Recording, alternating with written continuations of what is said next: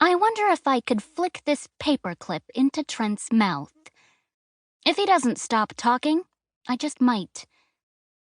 Blah blah, listen to me, all you peons, while I talk about my superior scientific intellect, even though my Western blots never work.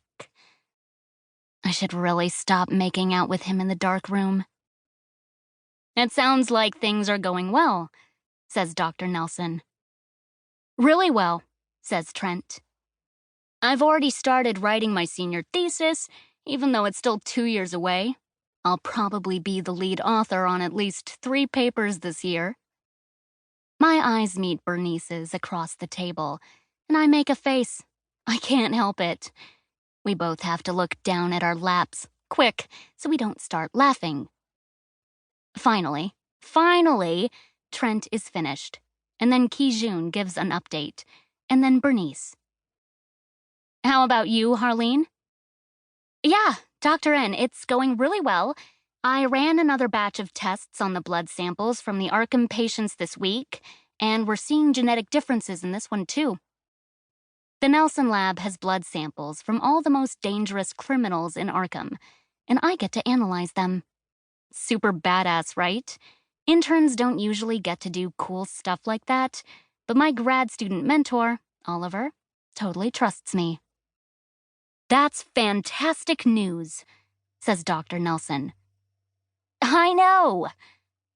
I think about saying something else.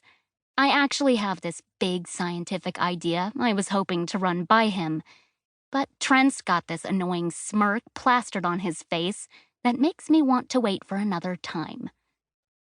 Dr. N opens a schedule on the electronic whiteboard. Okay, gang, I've got meetings with Wayne Industries and Alston Pharmaceuticals next week. Alston just developed a new antidepressant. Does anyone have time to test it out in our models? It's so cool that he meets with all the heavy hitters, and that he's one of Gotham U's youngest full professors, at 38. I'm already pretty strapped, but I think about volunteering. He's the kind of person you want to say yes to. Trent's hand shoots up. I'm on it. Of course he is. Excellent, says Dr. N. Who's next? Actually, Michael says, I've been meaning to bring up some trouble I'm having with my immunostaining. These brain sections should be lighting up like fireworks, but I'm just not seeing it. Have you tried upping your concentrations? Asks Oliver. Did you test a positive control? Asks Bernice. Michael nods on both counts. Is it possible you're using too strong a detergent? I say. Like if you switch to one that's less stringent, maybe it wouldn't damage the cell membranes so much, but it would still poke enough holes to allow the immunostaining to happen? Because what if the protein you're trying to stain for is actually...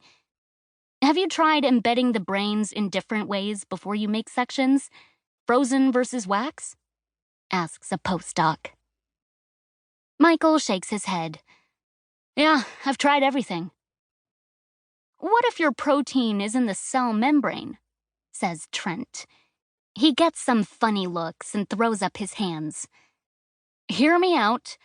Because it keeps disappearing on you, so maybe it's getting washed away during your detergent steps. Maybe if you used a weaker detergent.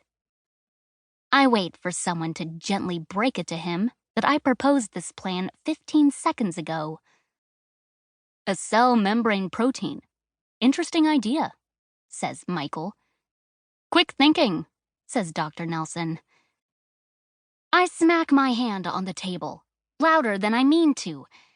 I literally just said that. And silence. Every head turns to look at me, and I can see the judgment written in their eyes. Harleen. It's all Dr. Nelson says. It's all he has to say. Sorry, I mutter. After lab meeting, when Trent and I are in the dark room, I accidentally on purpose bite him on the ear a little too hard.